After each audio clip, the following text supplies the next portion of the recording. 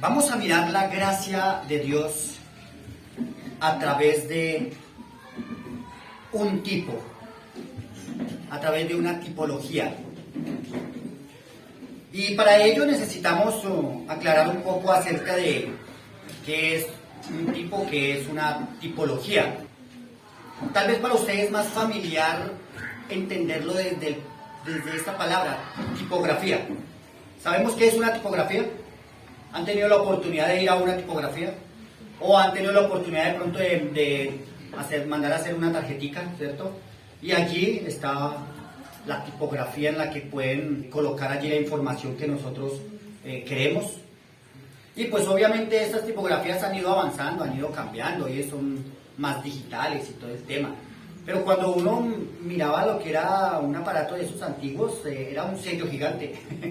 ¿Sí? También sabemos lo que es un sello, ¿verdad? Todos de una u otra manera hemos tenido un sellito en las manos, el cancelado, ¿sí? Pues de ahí se toma esa expresión de la tipología o el tipo, que es un tipo, ¿sí? Y en la escritura encontramos muchos tipos, y son tipos del Señor Jesucristo. No podemos abusar de este término en las escrituras. No todo lo que hay en las escrituras en el Antiguo Testamento es tipo de Cristo. No podemos llamar que cada cosa es una figura exacta o algo representativo de Cristo, pero la escritura sí nos da un lugar a pensar qué es el tipo y cómo podemos decir si esto es un tipo de Cristo. Y a eso se le conoce como el antitipo. Entonces el antitipo es algo que se cumple ya en el Nuevo Testamento, es revelado en el Nuevo Testamento. En el Antiguo Testamento lo vemos como el tipo y en el Nuevo Testamento el antitipo, o sea, lo que corresponde o lo que hace correspondencia con el tipo. Como hoy por hoy esta palabra tipo ya suena es como a ese señor, ¿sí? Entonces no lo vamos a pensar como un tipo, sino como figura. También es traducido así del griego, ¿sí? Se traduce figura, molde, modelo, ¿sí? Usted puede pensar también ello como en una maqueta de algo más grande.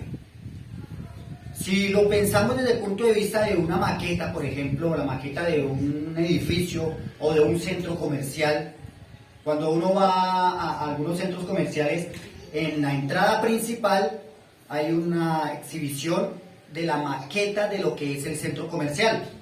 Y usted llega y se para y ahí encuentra cada una de las puertas o donde está ubicado alguna de las cosas de lo que es el centro comercial en sí, ¿sí? A eso nos referimos cuando hablamos de tipo o de figura o de modelo en las escrituras. Vamos a encontrar un tipo muy especial en Génesis capítulo 6, versículo 13.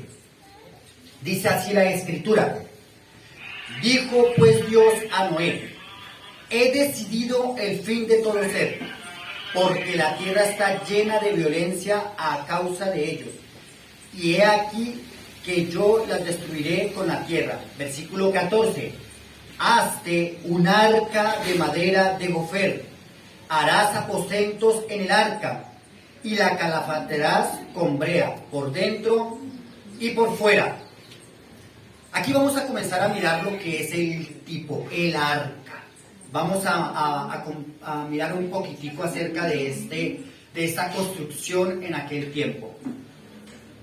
Sabemos que para este momento y el lugar en el que se encontraba Noé no había llovido, no llovía sobre la tierra, ¿sí? Entonces como que construir un arca ahí donde él estaba no era como muy lógico. No procedía para el lugar, ni para el momento.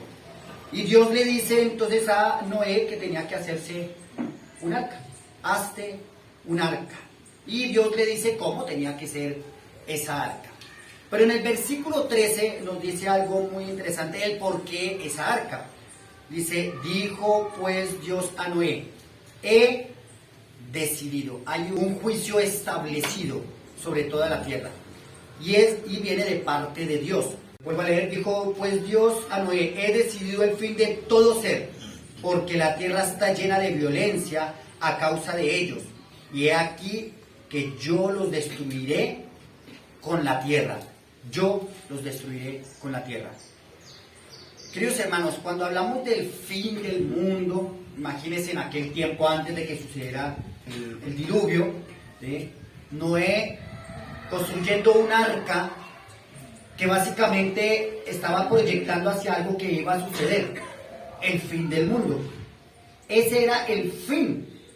Si Hollywood, con sus películas, hubiese estado en aquel tiempo de Noé, muy posiblemente todas sus películas tendrían que ver con que algo viene del cielo, va a destruir, y los terrícolas tienen una forma de defenderse, ¿cierto? Entonces, Armagedón, viene un meteorito gigante y va a caer sobre la Tierra, pero por alguna extraña razón tuvieron la capacidad de ir hasta el espacio y perforar en un meteorito que venía cayendo sobre la Tierra y ¡wow!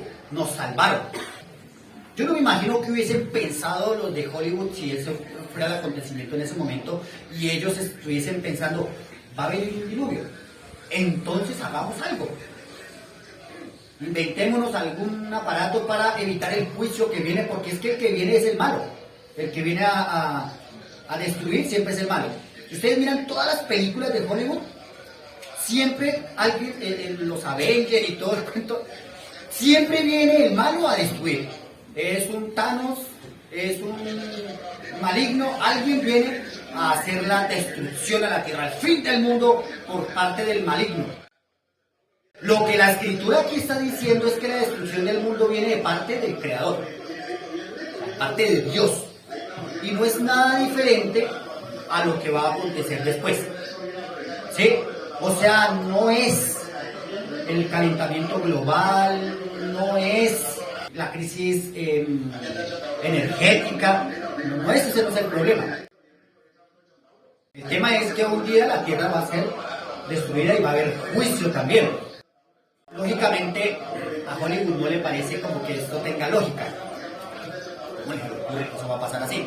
Lo mismo pasaba en los tiempos de Noé. No tiene lógica construir un arca tan grande y muy posiblemente en el lugar donde estaba él ni río había. Pero comencemos a mirar un poquitico más, analicemos qué fue lo que pasó. ¿Por qué el Creador decide destruir su creación? ¿Qué pasó?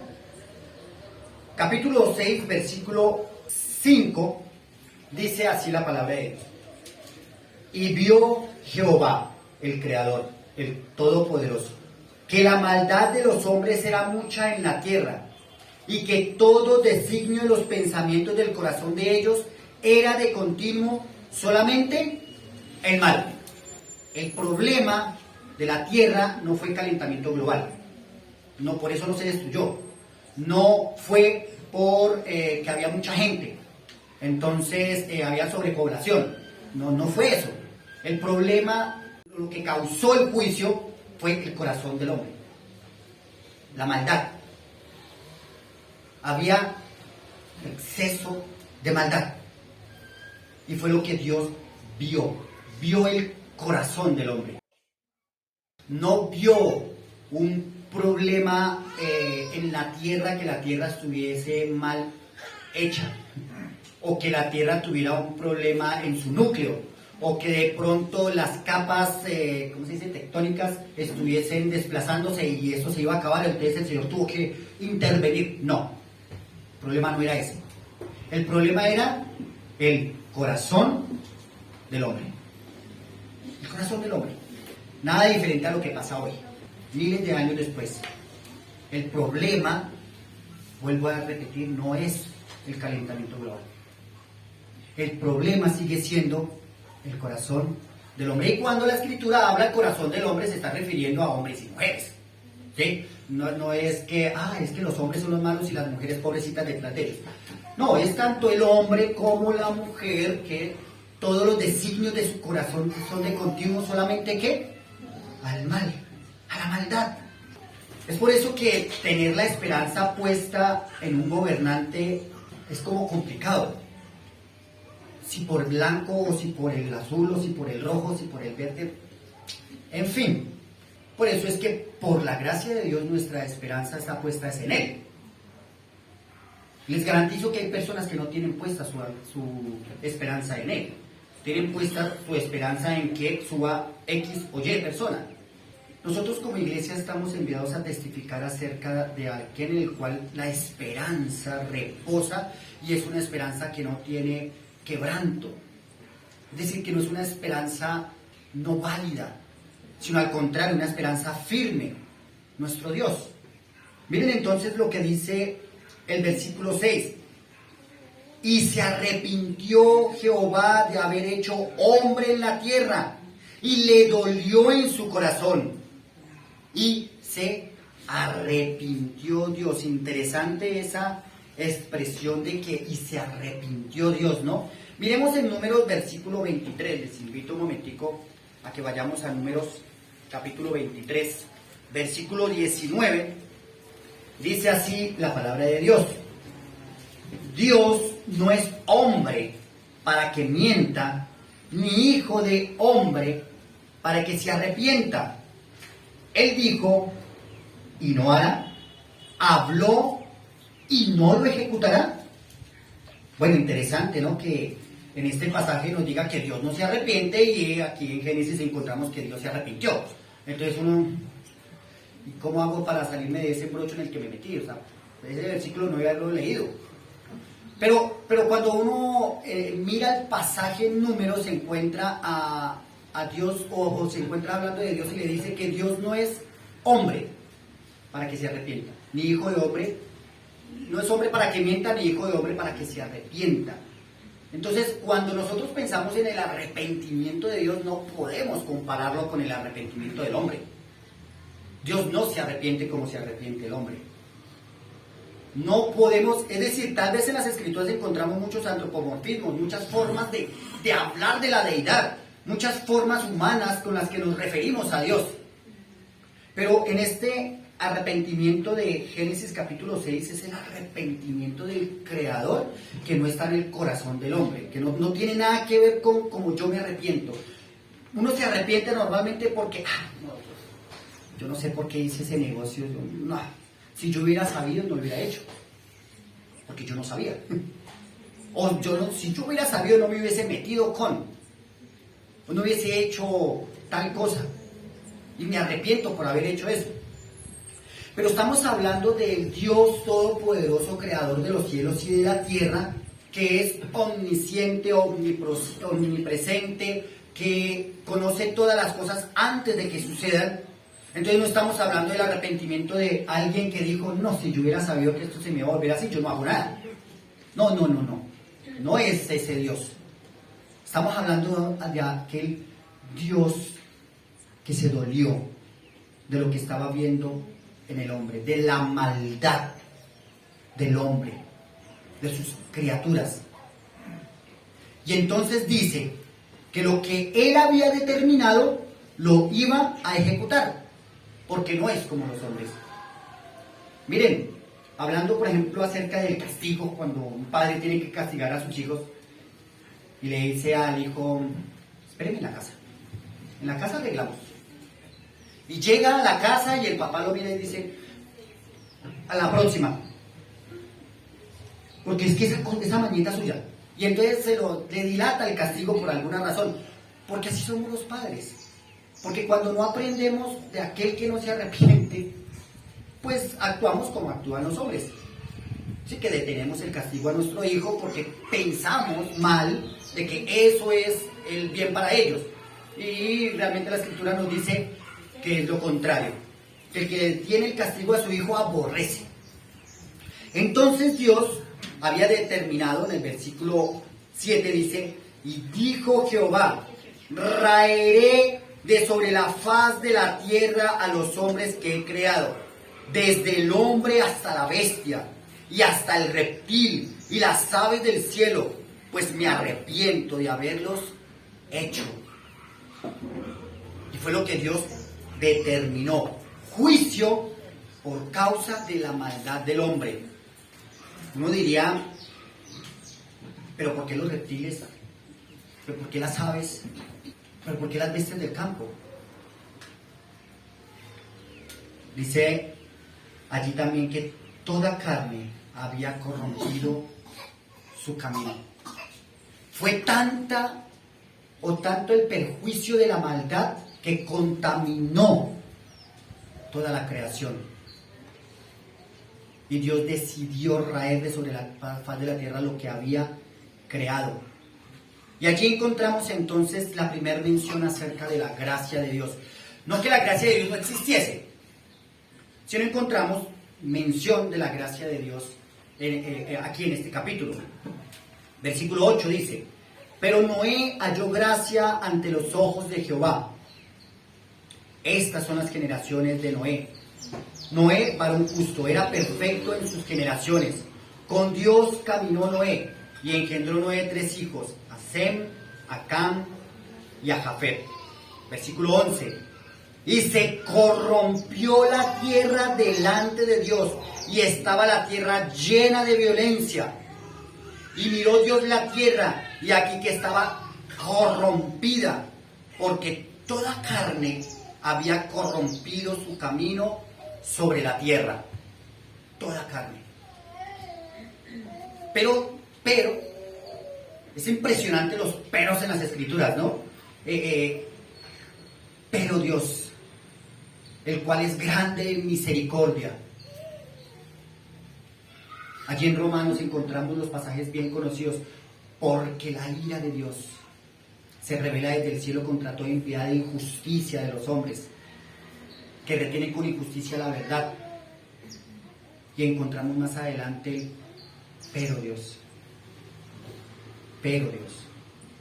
Y allí encontramos entonces que Noé halló gracia ante los ojos de Jehová. Y es interesante cuando pensamos en lo que implica la palabra gracia, don, regalo.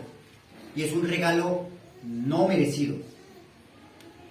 Podemos pensar un poco de una manera muy analógica, es decir, en una analogía allí con este hombre, Noé, que por Noé, la gracia que él halló ante los ojos de Jehová, pasó también a sus hijos, aun cuando de sus hijos no se menciona cómo eran. Pero la gracia les alcanzó a ellos por Noé. ¿No fue exactamente lo que sucedió con nosotros en Cristo?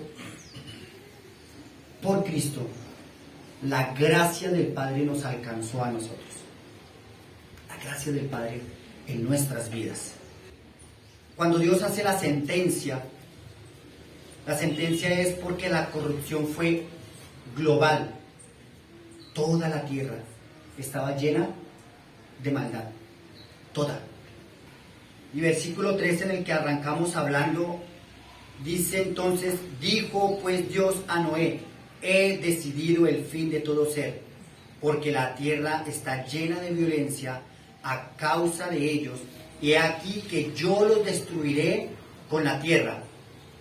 Hazte un arca de madera de gofer, harás aposentos en el arca, y la calafatearás con brea, por dentro y por fuera.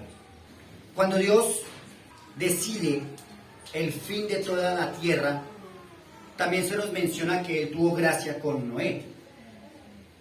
Cuando yo comencé a leer la Biblia por primera vez, me imaginaba que el siguiente versículo que decía: pero Noé halló gracia ante los ojos de Dios, y entonces Dios decidió ya no destruirla. O sea, como que, wow, listo, ya. Uy, nos salvamos del juicio. Pero la gracia sin juicio no es gracia. La gracia no detiene el juicio. La gracia en ningún momento es que, como Dios tuvo gracia de nosotros, entonces el juicio desapareció. No, el juicio tenía que ir sobre algo y sobre alguien y sobre aquellos que se había ejecutado sentencia. Y entonces, ¿cuál era el propósito del arca? El propósito del arca era protegerle a él y a sus hijos de dicho juicio.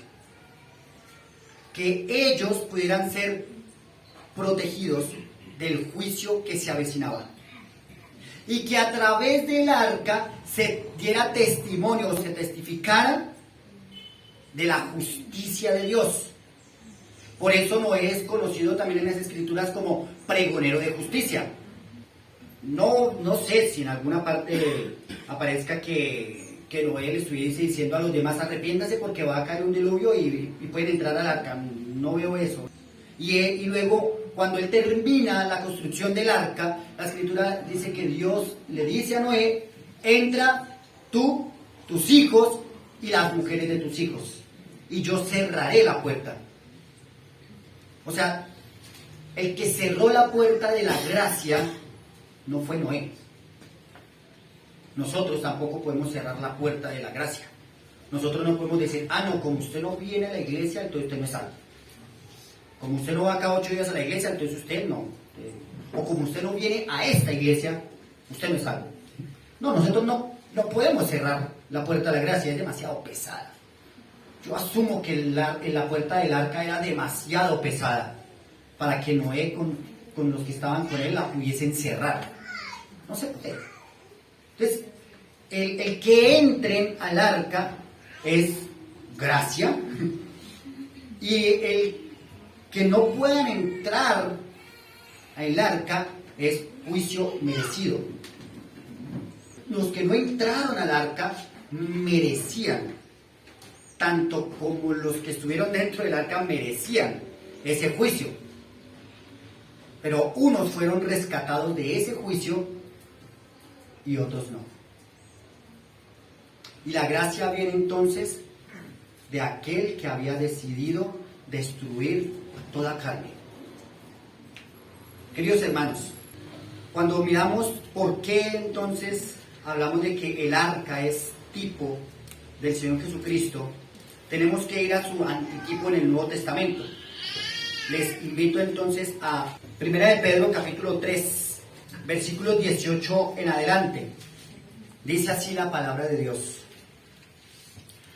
porque también Cristo padeció una sola vez por los pecados, el justo por los injustos, para llevarnos a Dios, siendo a la verdad muerto en la carne, pero vivificado en el Espíritu, en el cual también fue y predicó a los espíritus encarcelados, los que en otro tiempo desobedecieron, cuando una vez esperaban la paciencia de Dios en los días de Noé, mientras se preparaba el arca, en la cual pocas personas, es decir, 8, fueron salvas por agua. Versículo 21. El bautismo que corresponde a esto ahora nos salva, no quitando las inmundicias de la carne, sino como la aspiración de una buena conciencia hacia Dios, por la resurrección de Jesucristo, quien habiendo subido al cielo está a la diestra de Dios. A él están sujetas los ángeles, autoridades y potestades. Aquí en esta parte encontramos entonces ese antitipo, y ese antitipo nos dice que el arca hace figura del Señor Jesucristo, que aquello que sucedió allí con el arca, donde se salvaron 8 personas, hace referencia a lo que encontramos en el Señor Jesucristo, la salvación de los que en Él han creído. Pero no el juicio no se da detenido, sino que el juicio, así como la ira de Dios, todo el diluvio, todas las aguas cayeron sobre el arca y el arca soportó todo el juicio de Dios y mantuvo salvos a los que estaban allí dentro, así el Señor Jesucristo soportó todo el juicio de la ira de Dios para salvarte a ti y para salvarte a mí. Es increíble también pensar lo que los seres humanos piensan acerca de acontecimientos como estos. Uno ve en Semana Santa unas películas acerca del arca de Noé que dan tristeza y hasta lo enojan a uno. Dicen, ¿cómo van a decir? ¿Cómo van a hacer una cosa de esas?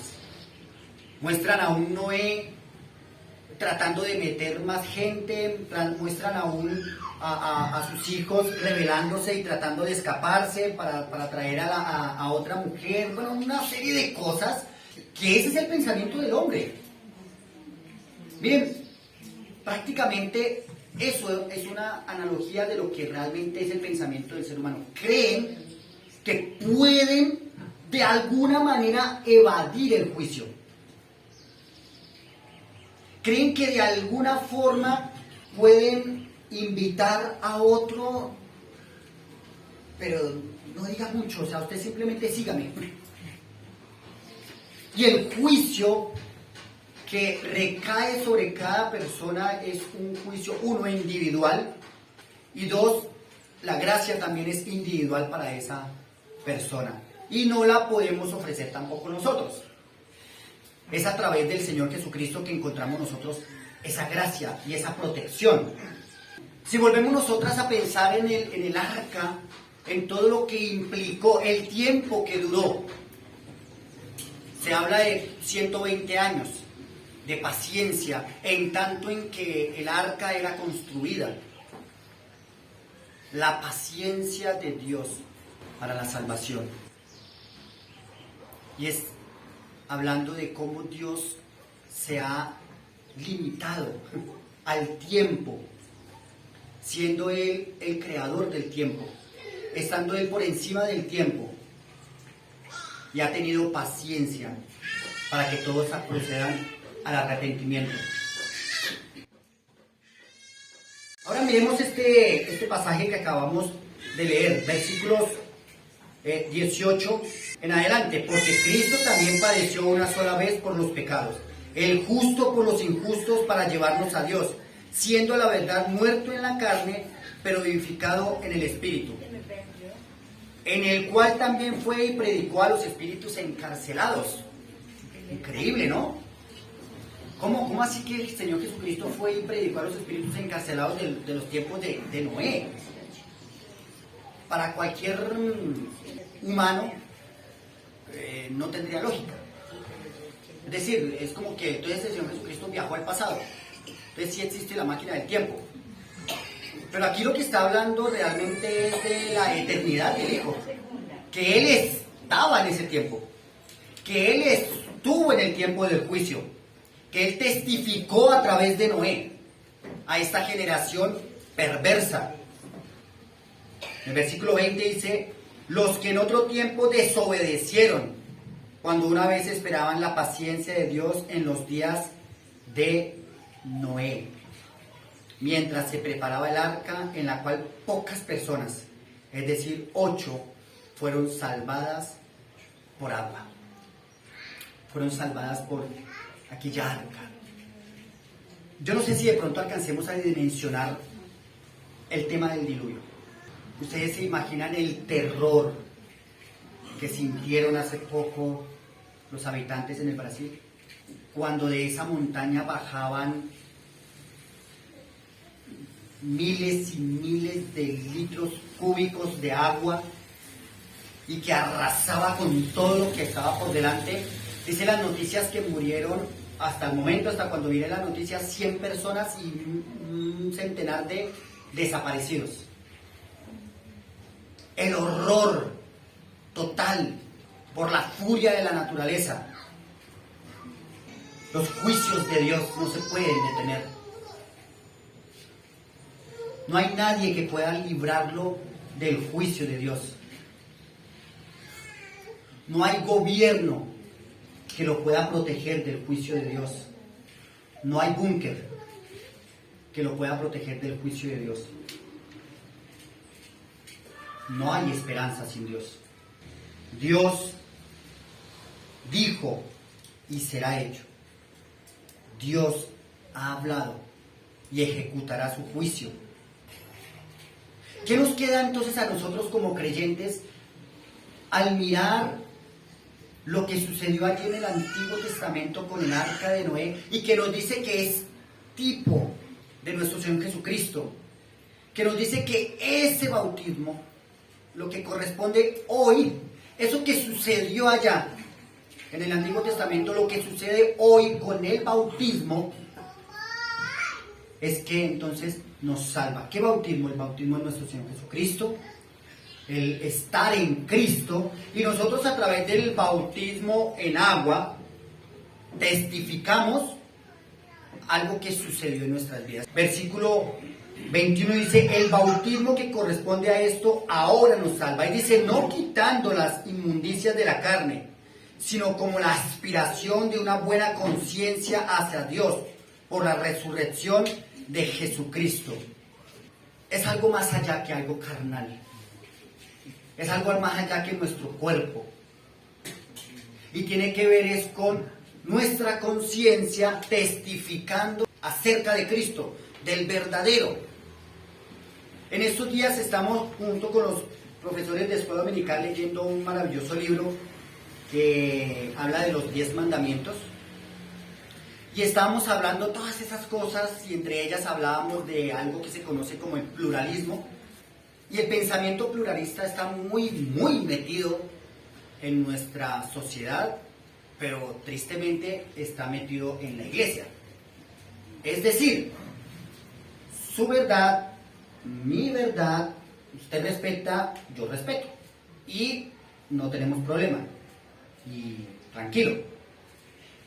El mensaje para nosotros hoy como creyentes es entender que esto es algo absoluto de Dios, que es una verdad absoluta y no relativa, y que el pensamiento pluralista no puede estar metido en nuestra cabeza, en el que no, uno tiene que aprender a respetar las religiones de los demás. No, yo tengo que respetar a todo el mundo, pero eso no significa que yo tenga que congraciarme con una frase o una doctrina errónea acerca, por ejemplo, de la salvación. Es que si usted va cada 8 días a la iglesia, es salvo. Es que si usted diezma, es salvo. La Escritura dice que es por gracia. Que Dios le introduce en la persona del Señor Jesucristo y cierra la puerta para que usted ni se pueda salir ni pueda entrar otro. En los tiempos del arca de Noé nadie más entró. La Escritura nos dice que fueron salvas 8 personas.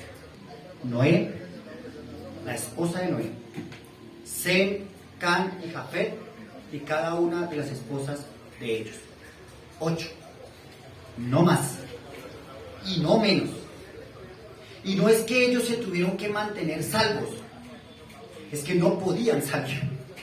Porque Dios cerró la puerta. Hoy tenemos que estar firmes acerca de la predicación del Evangelio. ¿Cómo un creyente debe predicar el Evangelio? Congraciándose con los demás y diciéndoles, bueno, sí, o sea, igual de todas maneras, todas las religiones apuntan al mismo Dios. No. Y no es que nuestra religión o nuestra iglesia la que tiene la razón, no es que el que tiene la razón es Dios. El que determinó el juicio es el que tiene la razón. ¿Merecían los del tiempo de Noé el juicio? Sí. ¿Quién lo dice? ¿Nosotros? No, Dios mismo. He decidido raer de sobre la faz de la tierra todo ser vivo que he creado. Dios decidió eso. Y dice porque Él vio la maldad en el corazón del hombre. El juicio que correspondió a aquel tiempo, justo e ineludible. Es el mismo testimonio que tenemos que dar hoy nosotros a nuestros amigos, vecinos, parientes, acerca de que el juicio de Dios es justo, que merece el juicio de Dios sobre tu vida, pero que por gracia, en Cristo, por gracia, eres salvo, si has creído en Él. La Escritura nos dice entonces que el juicio vino por causa de desobediencia. No es que el hombre se le había salido de las manos a Dios y Dios tenía que eliminar a la mitad de la población. No, mire que eso es puro pensamiento humano. De eso es lo que estamos atacados nosotros hoy en día. Nuestros pensamientos son llevados a eso. La sobrepoblación, el que realmente no hay que tener niños porque es que este mundo como está. Todos esos son pensamientos meramente humanos. Si tú hoy tienes un hijo y estás pensando en que el gobierno es el que va a ayudar a sacar adelante ese hijo, pues estás en el lugar equivocado. Como creyentes sabemos que es Dios el que nos saca adelante con nuestros hijos. Todo pensamiento humano está siempre en contravía de la verdad de Dios. El ser humano hoy prefiere tener un animal en su casa que un hijo. Lo triste es que ese pensamiento también lo tenga un creyente. Y es porque dice la Escritura que herencia de Jehová son los hijos. Pero uno dice, sí, pero es que mi tío me dio un perrito. Entonces yo prefiero el perro.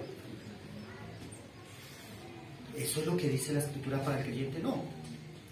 Nosotros como creyentes estamos llevados a tener un pensamiento bíblico.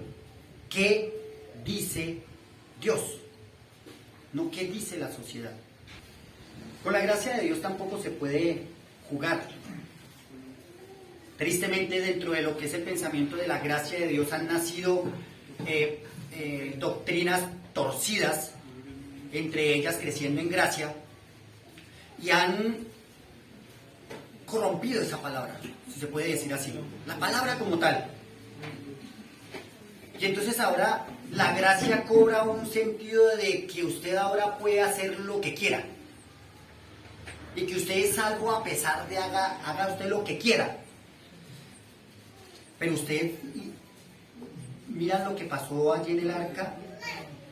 Dios tomó a estas 8 personas por gracia, las introduce en un arca que Él mandó hacer, que Él dijo cuáles eran las medidas que tenían que hacerse, y que Él cerró la puerta, les dejó provisión a ellos, no los mantuvo allá un año ya metidos entre esa arca aguantando hambre, no, les dio provisión, los mantuvo en este sitio, y Dios de ninguna forma les iba a perder, pero Dios los rescató de la manera en la que estaban viviendo.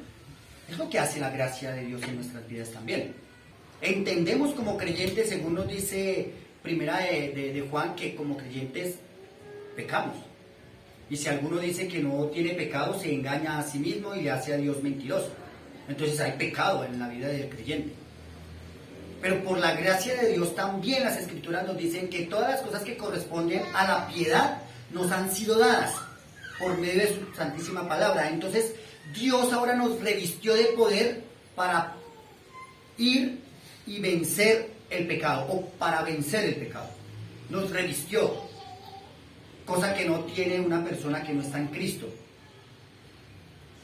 ¿Que somos nosotros mejores que una persona que no está en Cristo? No, nosotros no. Es mejor el que está en nosotros. La exaltación es de aquel que está en nosotros, no de nosotros. Porque predicamos de la gracia no para abusar del pecado. Porque predicamos de la gracia no para tomar ocasión para el pecado. Sino que predicamos de la gracia porque es la verdad de Dios. Hace muchos años en un grupo que hacíamos por allá, por los lados de Bosa, una persona decía, no, pero es que es muy peligroso hablar de la gracia, porque es que la gente es muy conchuda. Sí, que la gente es demasiado conchuda, y entonces agarran y usted les dice que por gracia dejan de venir a la iglesia, dejan de ofrendar, mire, dejan de orar. Bueno, la única respuesta que hay es, hermano, no estás en la gracia. O amigo, no estás en la gracia. Porque si la gracia no me capacita también para ir en contra del pecado, pues no estoy en gracia. Es que la gracia de Dios no solamente me salva del infierno. Toda la predicación de hoy se ha centrado, de hace muchos años para acá en las iglesias, se ha centrado el infierno es de verdad, y el infierno, y hablan del infierno, y hay muchachos que fueron al infierno, y casi como la novela de Dante, la Divina Comedia, le hablan a uno de todo lo que sucede en el infierno, con él, y hay que tenerle miedo. Pero la gracia de Dios es algo que nos rescató de una condición en la que ya estábamos. No somos salvos únicamente de algo que va a poder suceder, de un juicio futuro. es que la gracia nos rescató del poder del pecado. Entonces, como creyentes, ¿cuándo pecamos? ¿Qué dice la Escritura? Abogado tenemos para con el Padre a Jesucristo el justo.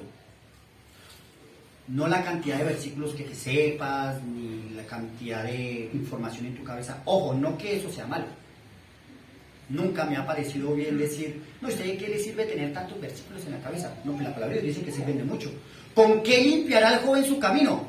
Con guardar la palabra. Y si no me la memorizo, si no me la sé, pues ¿cómo voy a hacer para guardarla? Sí, o sea, es necesario el conocimiento, es importante estudiar. Y es a lo que estamos llamados todos nosotros como creyentes. La palabra de Dios dice. Queridísimos hermanos, la gracia de Dios no solamente nos salva, sino que nos capacita para vivir en este plano terrenal, en medio de una sociedad perversa y maligna. Y dice que ahora nosotros somos luz, para que alumbremos en medio de una sociedad en tinieblas. Pero la gracia de Dios también nos consuela. Recordemos entonces otra vez lo que hablaba el apóstol Pablo. Dice que él por 3 ocasiones le pidió al Padre que quitara ese aguijón en su carne. Algunos comentaristas consideran que el aguijón en la carne de Pablo era una ceguera, que no podía ver muy bien. Es algo muy de tradición y lo podemos aceptar por algunos escritos de él, entre ellos algunas partes él dice, mirad con cuál grandes letras os escribo. Pareciera que él tenía un problema en sus ojos. Pero aparte de eso, fue un hombre que también pasó muchas dificultades. Estuvo en lugares muy difíciles, estuvo en la cárcel, en mazmorras, estuvo enfermo. Y le dice a Dios, quítame este aguijón en la carne. Y la respuesta de Dios es, bástate mi gracia, mi poder se perfecciona en la debilidad. Queridos hermanos, en estos días tuvimos también la oportunidad de escuchar a nuestro pastor Leroy. Y hablaba de Pedro, un hombre del cual uno tiene que aprender mucho. Un varón que Dios lo fue capacitando de maneras impresionantes y al final encontramos 2 cartas maravillosas de él, primera y segunda de Pedro, que tienen que leérsela. Eso es mejor que cualquier bestseller, eso es espectacular. Pero un hombre que ya sabemos cómo arrancó su fe delante de Cristo y cómo fue zarandeado. Y el Señor Jesucristo le dice, Pedro, Satanás te ha pedido para zarandearte, pero yo he orado por ti. ¿Para qué? ¿Para que no seas zarandeado? No, para que tu fe no falte. Querido hermano, esa es la gracia de Dios. Dios no nos va a quitar las consecuencias de una prueba. Pero Cristo ha orado por nosotros para que no nos falte la fe. Porque en medio de las pruebas es donde nuestra fe es puesta, valga la redundancia, a prueba. Pero Dios nunca pone a fe nuestra prueba para destruirla, sino para mejorarla. Lo que se hace con el oro. Y es lo que encontramos de ese Dios de gracia para nuestras vidas. Hoy escuchábamos a nuestra hermana y ella nos pedía que oráramos por ella, porque su fe está siendo probada. Yo creo que la fe de todos nosotros. Cristo no oró para que le fuera quitada la prueba a Pedro, porque es necesaria. Que Dios quite algo que es necesario para nosotros no nos sirve. Pero que en medio de lo que está viviendo nuestra hermana, en medio del dolor que estamos sintiendo nosotros por nuestro hermano, Dios nos fortalezca en nuestra fe, porque necesitamos mucha para las circunstancias que se puedan venir. Recordamos a nuestro hermano Edward, hace 8 días hablándonos y exhortándonos El hombre que perdió a la compañera de su vida, 18 años a su lado. Y él nos exhortó, porque no le faltó la fe. No fue otra persona la que le dio consuelo. ¿Qué hace el mundo?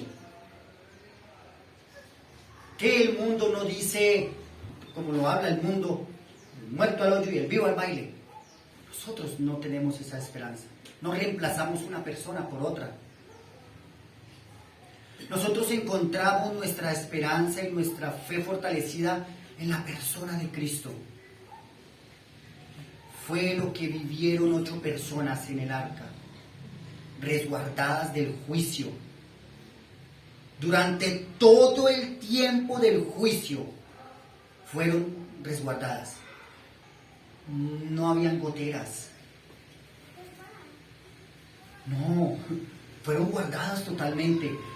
Dios, el diseño de Dios para ese arca era para que soportara el diluvio. Dice que el diseño era, dice, y le calafatearás con brea, y harás esto por dentro y por fuera, y harás así. Y al final encontramos a un Noé haciendo el arca así, como Dios dijo. Cuando entonces pensamos en el Señor Jesucristo, pensamos en aquel en el cual no hay goteras. Hay protección total, en tanto que el juicio se está determinando sobre esta sociedad. Queridísimos hermanos, ¿qué nos queda a nosotros sino agradecer? ¿Qué nos queda a nosotros sino testificar en contra de la corriente de este mundo? No importa, si usted quiere pensar que en Mahoma encuentra salvación, sí está bien, es un pensamiento, yo se lo respeto. Que ojalá nunca salga ese pensamiento ni esas palabras de la boca de un creyente. Porque en ninguno otro hay salvación. En ningún otro, dice la Escritura, hay salvación sino en Jesucristo. Y por congraciarnos con el mundo, vamos a ir en contra de una verdad absoluta de las Escrituras. Aquí no se trata ni siquiera del alma de la persona, porque el que determina juicio sobre esa persona es Dios. Aquí se trata de nuestro entendimiento con Dios y en lo que hemos creído.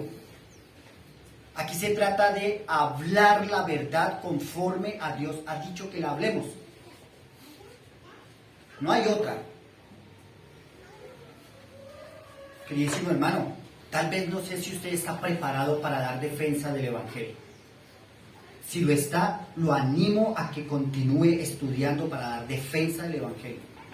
Para que hable de la manera correcta acerca de la gracia salvadora de Dios. Si usted todavía considera que no sabe cómo predicar el Evangelio, acérquese al pastor, acérquese a los diáconos, acérquese a los hermanos y diga, yo quiero aprender. Porque el mismo Pedro que nos está escribiendo acerca de esta salvación que ahora nos es común a ustedes y a mí, también dice que qué gloria tendremos nosotros si sufrimos porque no lo merecemos, porque nos estamos comportando como los inconversos. Pero que si sufrimos por Cristo, entonces sí vale la pena el sufrimiento. Si nuestra tribulación es a causa de hablar la verdad de Cristo, entonces sí vale la pena. Pero si lo que está viniendo sobre nosotros es por nuestro mal comportamiento, pues no nos queda más sino como al niño pequeñito cuando se le va a disciplinar, poner la colita. Porque Dios nos va a disciplinar. Dios no nos va a dejar sueltos. Y gracias a Dios que Él no nos deja como si no tuviésemos un Padre.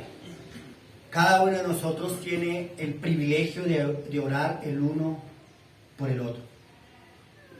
No cesemos de hacerlo, de orar de verdad, como nos exhortaba nuestro hermano Luis Fernando en esta mañana.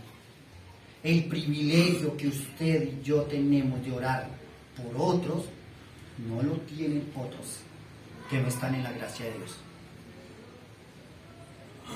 La oración del justo puede mucho, dice la palabra de Dios. Y tal vez tendremos también que aprender a orar. Dijo el Señor Jesucristo, no te pido que los saques del mundo, sino que los guardes del mal. Hoy le pedimos a nuestro Dios por nuestros hermanos que están pasando por tribulaciones, por angustias, por dificultades. No sabemos cuál es el propósito, pero le rogamos a Dios que no les falte la fe, que Dios los fortalezca, que Dios haga su buena voluntad. Creemos que Dios es Dios desde la eternidad y que no ha cambiado, y que Dios sana a los enfermos. Claro que lo creemos, pero no le ordenamos nada a Dios, no le decimos sánalo, pero por favor, si tú quieres, tú puedes. Es lo que encontramos en las Escrituras. Si tú quieres, tú puedes. Hermanos, les invito a que oremos de esa forma, recordando que tenemos la gracia de Dios a nuestro favor.